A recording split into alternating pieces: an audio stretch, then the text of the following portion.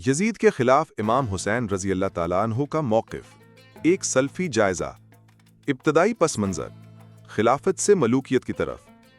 हज़रत मुआविया रजी अल्लाह ताला अन्हु के दौर में खिलाफत नज़्म व ज़ब्त की अलामत बनी, लेकिन उनके बाद जब यजीद को बतौर जानशीन नामज़द किया गया तो खिलाफत का तसव्वुर शूरा से हटकर मलूकियत की तरफ माइल हुआ। शेखुल इस्लाम इब्न तैमिया रहमहुल्लाह फरमाते हैं कि खिलाफत शूरा पर मबनी होनी चाहिए, ना कि मौरूसी हुकूमत पर। यजीद की बैत का मुतालबा और हुसैन रजी अल्लाह ताला अन्हु का इनकार।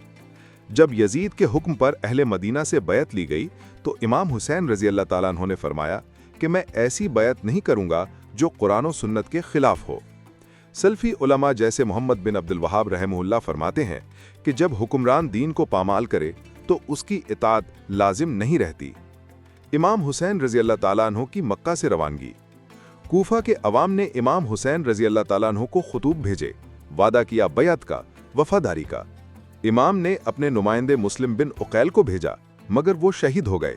इमाम रजी अल्लाह ताला अन्हु को खबर न मिली और वो अपने अहलो अयाल के हमरा रवाना हो गए।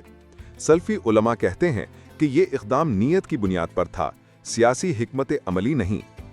करबला, प्यास का इम्तिहान। जब इमाम हुसैन रजी अल्लाह ताला अन्हु करबला पहुंचे तो यजीदी फौज ने पानी बंद कर दिया।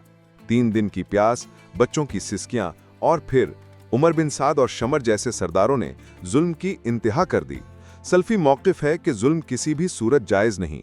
इमाम रजी अल्लाह ताला अन्हु का कत्ल बदतरीन जुल्म था। शहादत हुसैन और असरात। 10 मुहर्रम सन 61 हिजरी, तारीख का स्याह तरीन दिन। इमाम हुसैन रजी अल्लाह ताला अन्हु की शहादत ने उम्मत को झंझोड़ कर रख दिया। नबी अकरम सल्लल्लाहु अलैहि वसल्लम ने फरमाया कि हुसैन मुझसे है और मैं हुसैन से हूँ। मगर सल्फी उलमा फरमाते हैं कि मातम सीना को भी या खुद को मारना शरीयत के खिलाफ है। सल्फी उलमा और वाक़या करबला। शेख इब्न बाज, शेख सालेह अल फौज़ान और शेख अलबानी रहमहुमुल्लाह फरमाते हैं कि हुसैन मजलूम थे, यजीद के आमाल काबिल मुज़म्मत हैं। अलबत्ता यजीद पर लानत करने के बजाय उसके मामले को अल्लाह के सुपुर्द कर देना बेहतर है। यजीद के बारे में सल्फी राय। सल्फी उलमा का मौक़िफ़, यजीद फ़िस्क़ व फ़ुजूर में मुब्तला था, उसके खिलाफत शरीयत के उसूलों के खिलाफ थी। इब्न तैमिया फरमाते हैं कि दिल में नफ़रत रखना जायज़ है, मगर लानत करना नहीं। अलबानी रहमहुल्लाह कहते हैं कि यजीद के अमाल नापसंदीदा थे, हुसैन रज़ी अल्लाह ताला अन्हु हक़ पर थे।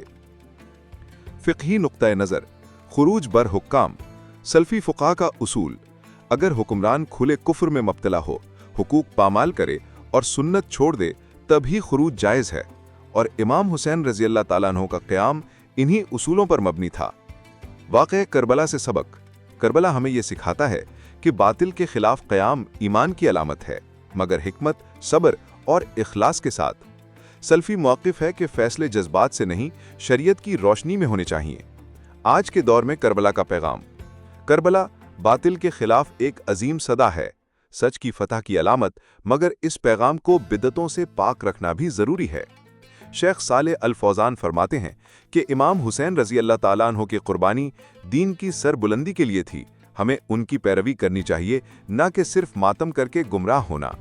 नतीजा, करबला एक वाक़या नहीं बल्कि दरसे वफ़ा है। दरसे हक़, सब्र, कुर्बानी और जिहाद बिल हक़। सल्फी उलमा इस वाक़े को याद करते हैं, मगर जज्बात के पर्दे में नहीं, सुन्नत रसूल सल्लल्लाहु अलैहि वसल्लम की रोशनी में। खुलासा, इमाम हुसैन रज़ी अल्लाह ताला अन्हु हक़ पर थे, यजीद के आमाल शरीयत के खिलाफ थे, जुल्म के खिलाफ क़याम शरीयत के मुताबिक जायज़ है, मातम व बिद्दत से इज्तिनाब लाजिम है। करबला ईमान, सब्र और इस्तिक़ामत का पैगाम है। आइए इमाम हुसैन रज़ी अल्लाह ताला अन्हु की सीरत से सबक सीखें, बातिल के आगे झुकने के बजाय हक़ के लिए डट जाना सीखें, मगर शरीयत और सुन्नत के दायरे में रहकर।